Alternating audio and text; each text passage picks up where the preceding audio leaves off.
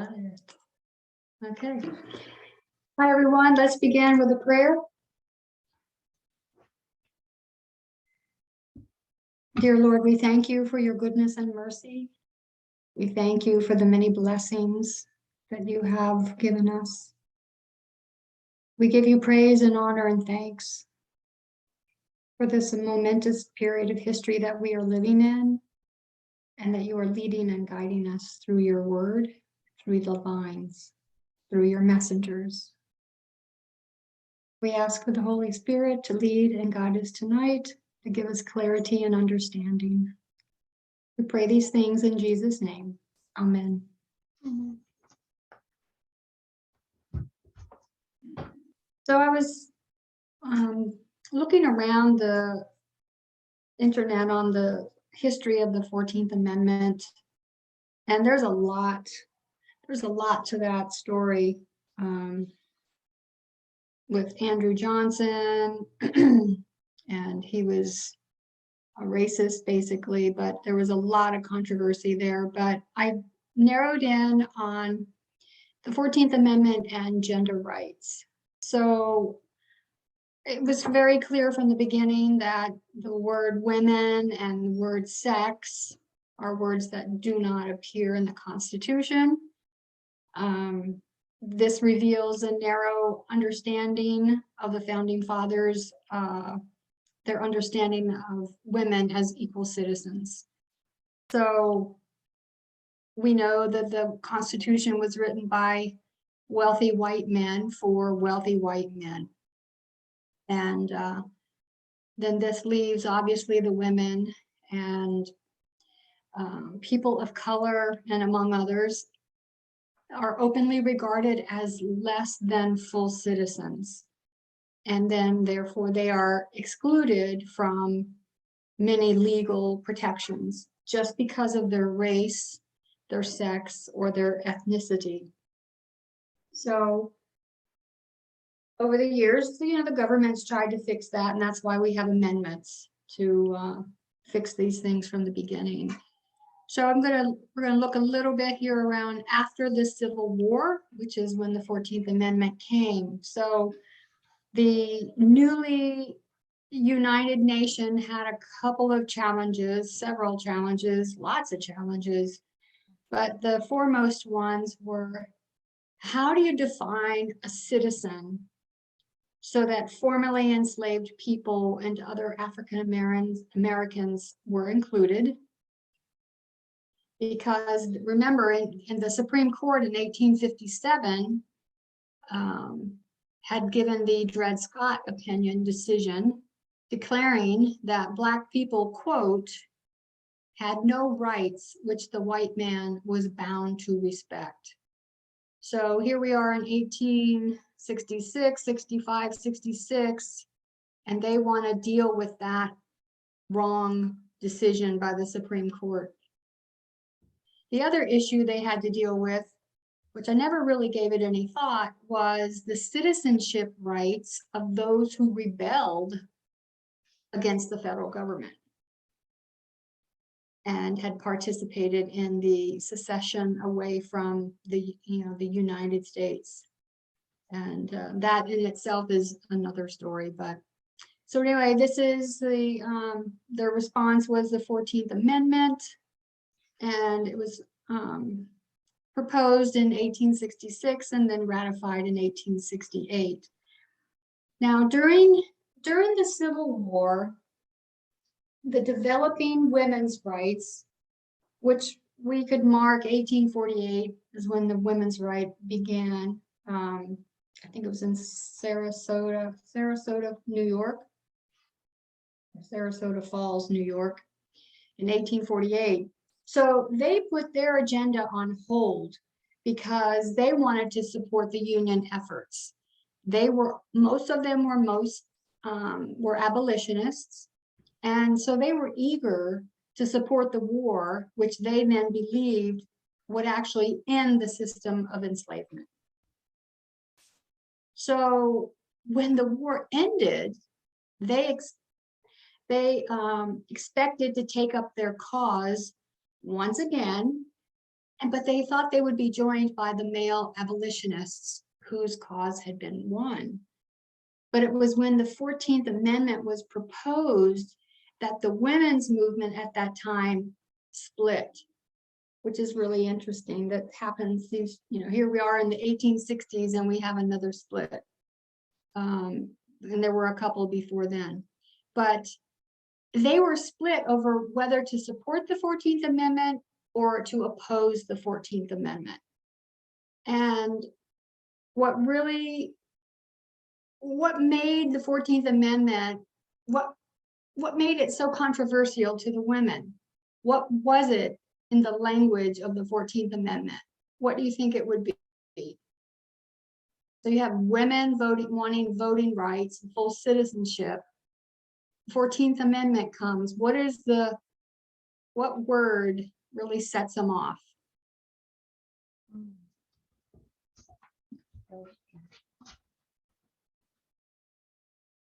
Somebody say something?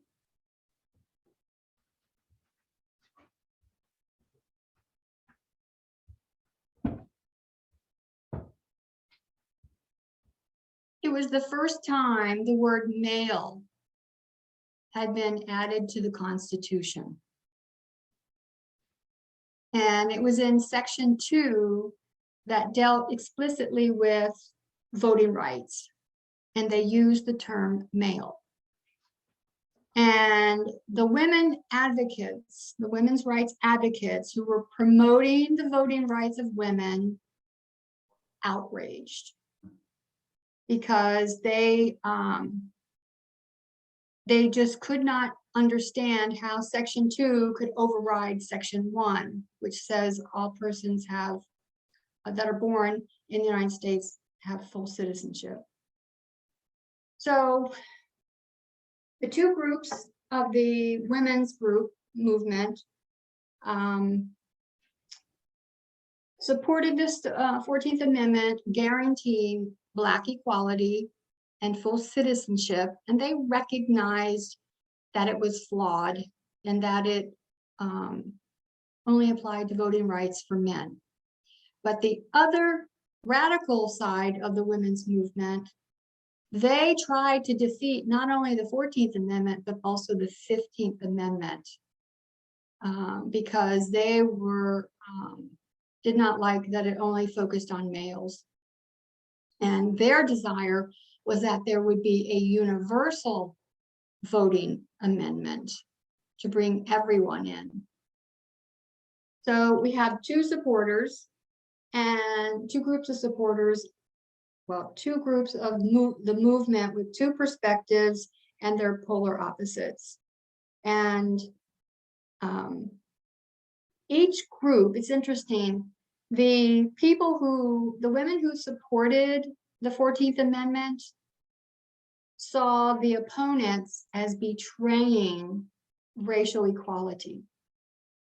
And then the women who supported, so the women who supported the 14th Amendment, the opponents saw them as betraying the efforts for equality of the sexes. So, I mean, here we have, it's just this, again, two groups of people with two perspectives. And as a result, two movements were formed, and they stayed separate until like the late 19th century. And it's interesting, the one group, they had a newsletter and they named it the Woman's Journal. And the other movement had a newsletter publication, and it was called Revolution. And so I saw those titles, and it reminded me, it took me back to the three kinds of feminism that Elder Tess talked about. And I would suggest that the Woman's Journal group is more of a cultural, either cultural feminism or mainstream feminism, more cultural probably. And then Revolution would be the radical group. They wanted to dismantle this whole thing and get equality across the board. So the Section 2 of the 14th Amendment introduced the word male into the Constitution regarding voting rights. And interestingly, the women's movement decided that they would make a case, and this is really neat. They would make a case that Section 1, the first article of the amendment, which did not distinguish between males and females in granting citizenship rights, that they would base their argument for voting rights and equality on Article 1. So the very first woman who did this, her name was Myra Bradwell. And she was the very first woman to advocate for the use of the 14th Amendment to defend women's rights. Now, she had passed the Illinois law exam. A circuit court judge and a state attorney had each signed a certificate of qualification recommending that the state of Illinois grant her a license to practice law. However, the Supreme Court of Illinois denied her application in 1869. So the court took into consideration the legal status of a woman, and it's in, I believe it's French. I'll try and say it with French words. Femme couvert, C-O-V-E-R-T. I don't think you pronounce the T. And it means a married woman. And legally, she is considered disabled, meaning that under common law of the time, she was prohibited from owning property or entering into legal agreements. As a married woman, she had no legal existence apart from her husband. So she decided to challenge this decision, and she took her case back to the Illinois Supreme Court. She used the 14th Amendment's equal protection language in the first article to defend her right to choose a livelihood. And she said that this is one of the privileges of women as citizens to engage in any and every provision, occupation, or employment in civil life. So she raised this possibility about the 14th Amendment to justify women's equality, but the Supreme Court was not ready to agree. By the way, this was in 1869 when this was happening. Wow. So the justice, here's his concurring opinion in their not agreeing with her case.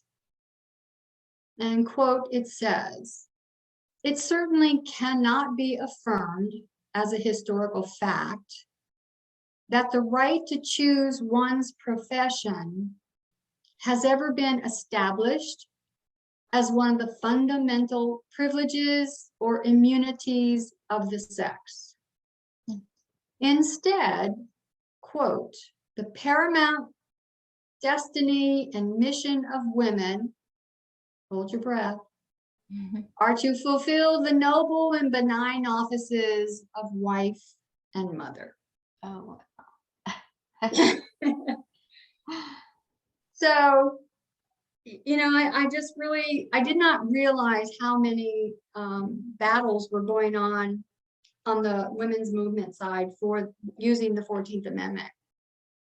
So it didn't stop there. There were women all across the United States. I only have a few examples I wanted to share because it's like an alpha, you know, the 14th Amendment is so crucial to women's rights at this time too.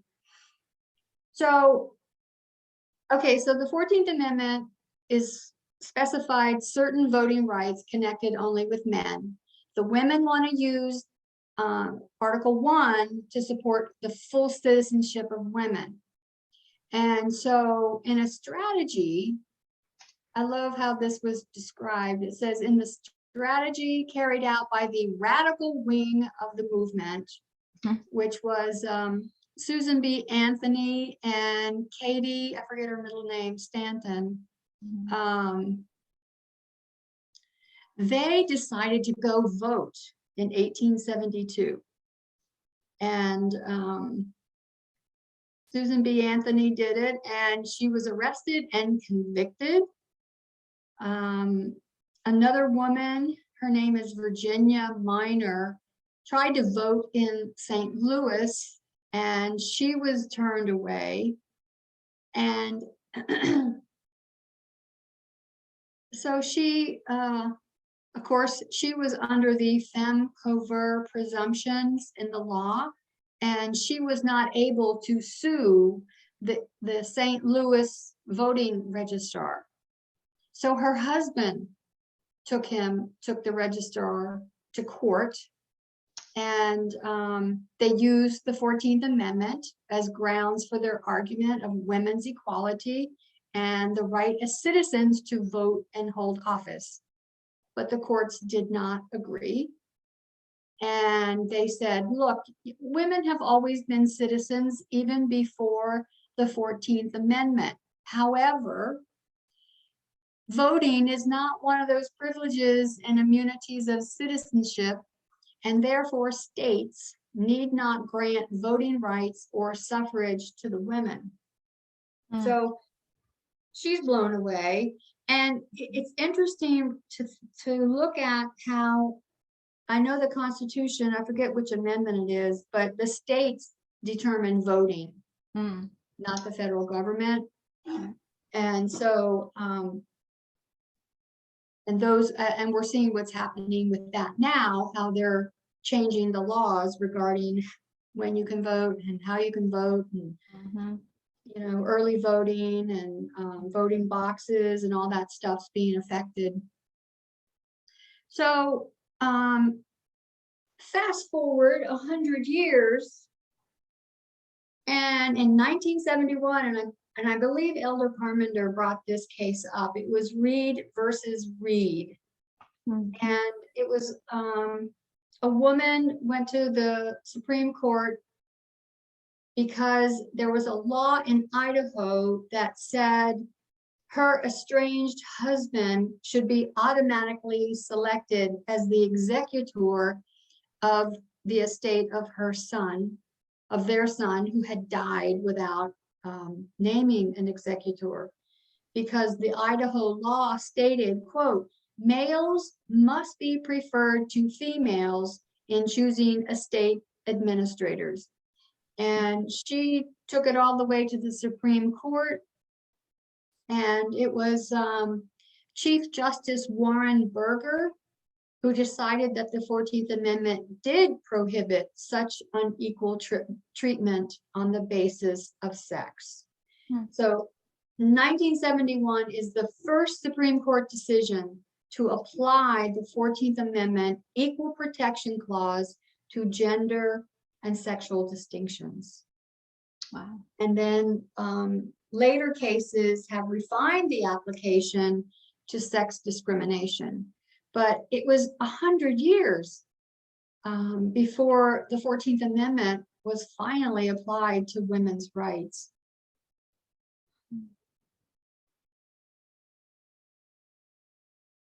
So the next one I want to look at for a little bit is Roe v. Wade. It was also, the 14th Amendment was used for that one. And it said that the Supreme Court, the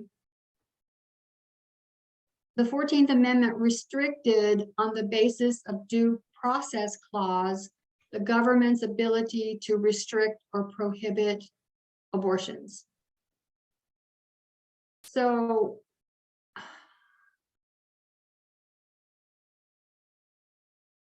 there's any criminal statute in the United States that did not take into account the stage of pregnancy was deemed a violation of the due process. So And we're going to look at that a little bit more after we go from the 14th Amendment. I want to look at an upcoming case with the Supreme Court on December 1st. So we can see basically that while the 14th Amendment at times has interpreted to benefit women, it really there's not always an assurance.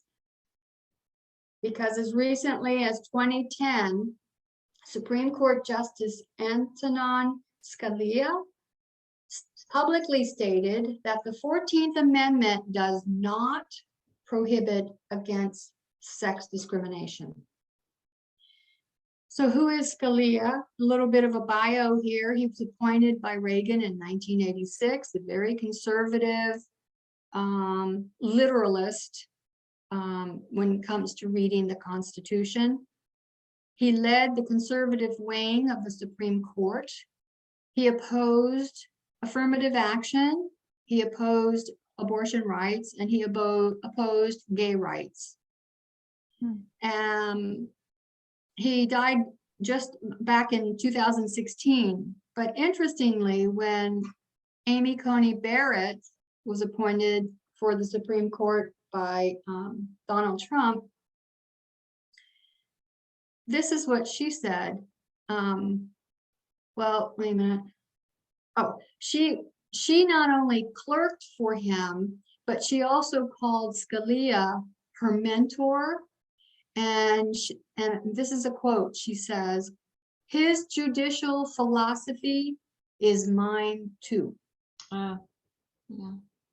So we know where she sits. I mean, and now of course we have the Supreme Court is, I think, 6-3. So I want to now look at this Supreme Court case that's about Roe v. Wade. Let's see.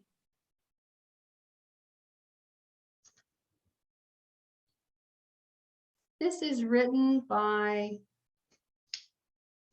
Morgan Marietta. He's an associate professor of political science at the University of Massachusetts.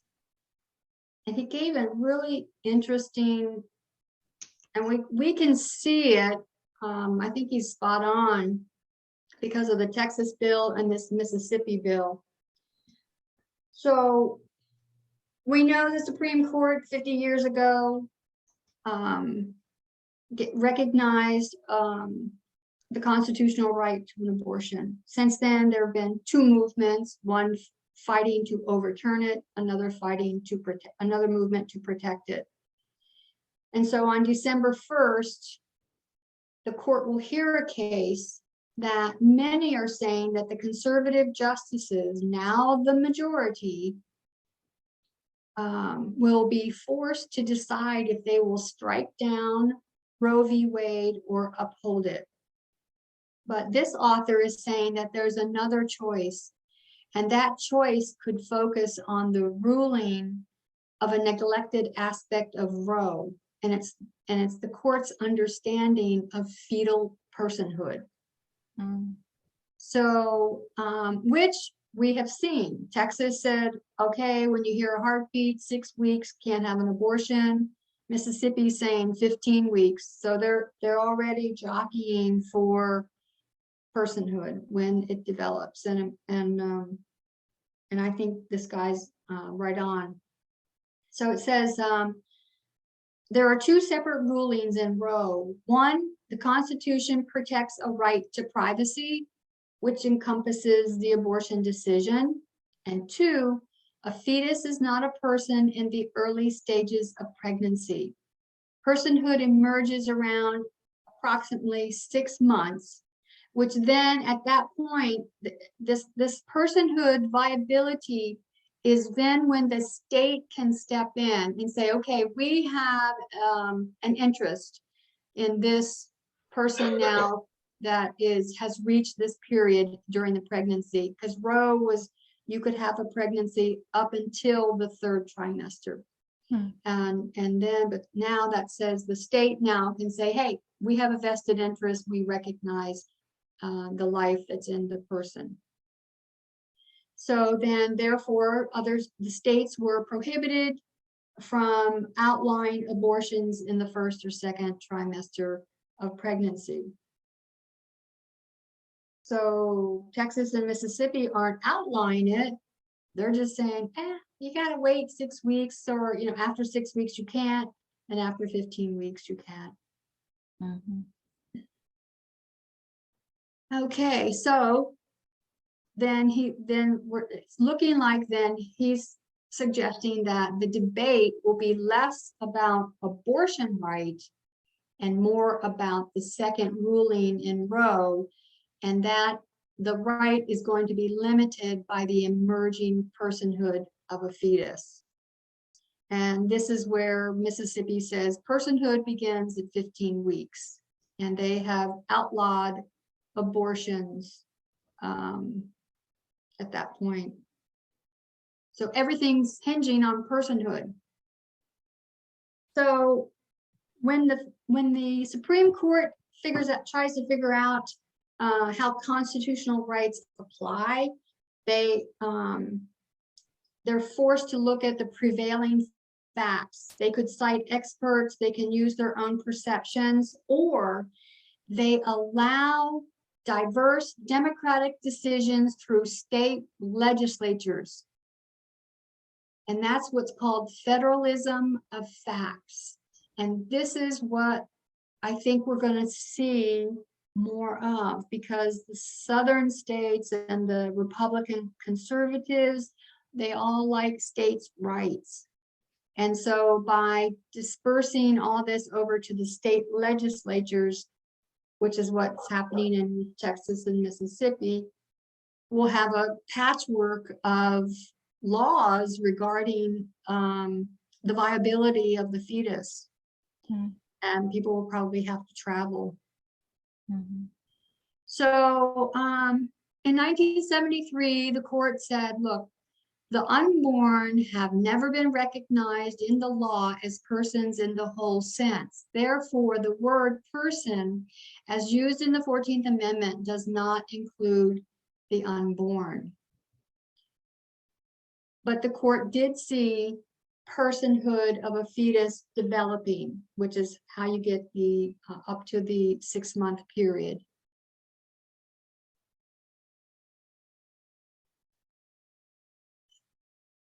So what else? I'm trying to not do I'm just going to paraphrase here. So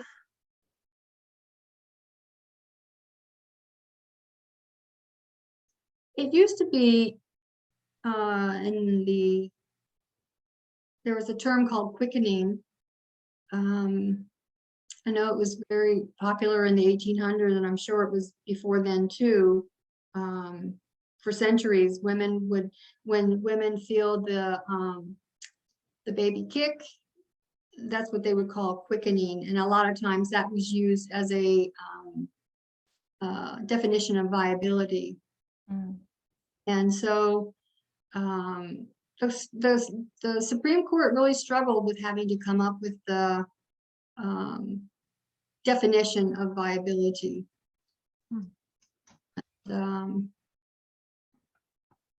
They said either way, quickening is arbitrary, the first trimester is arbitrary, and I forget who came up with they said, we would like to leave the states free to draw their own medical conclusions with respect to the period after 3 months and until viability.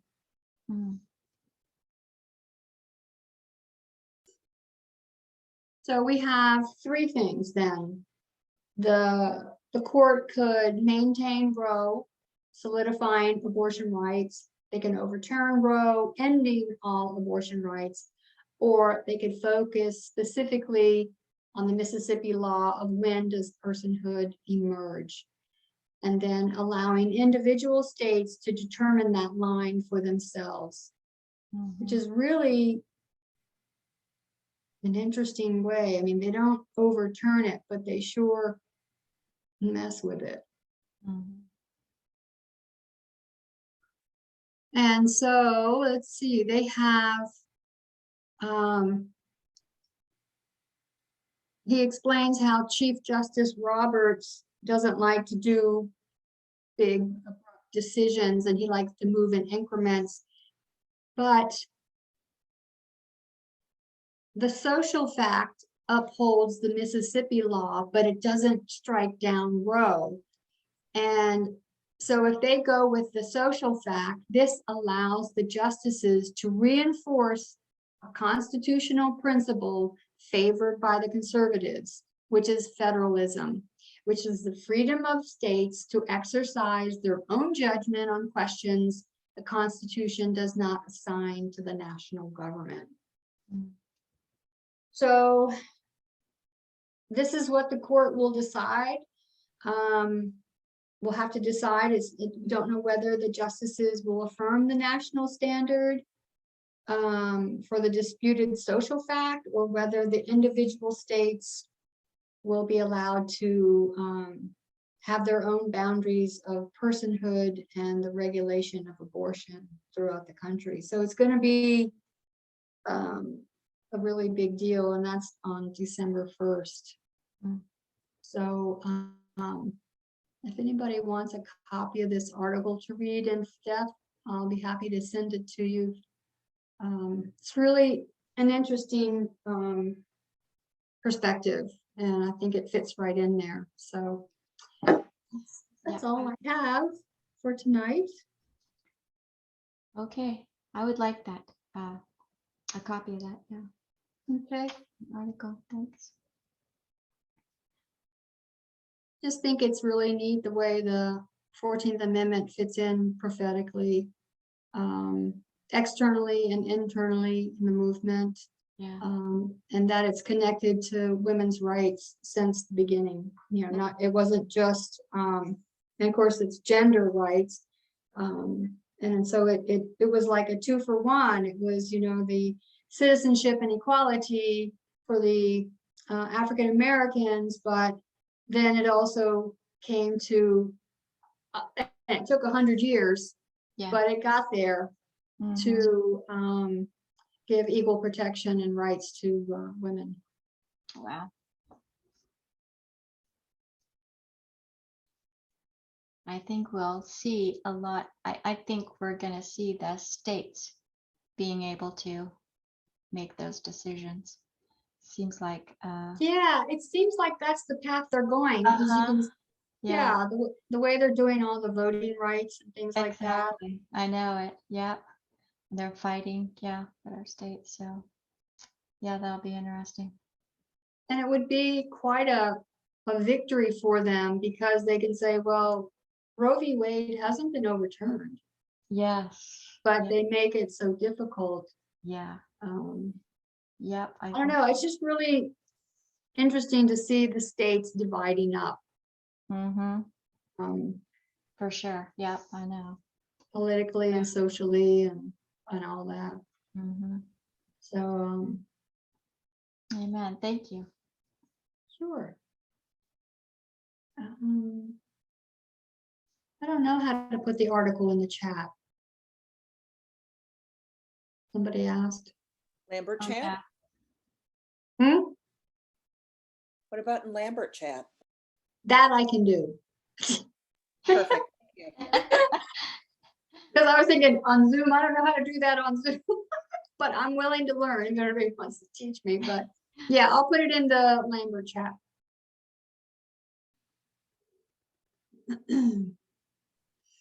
Richard, you're laughing your eyes out. Okay, let's have some prayer and praise.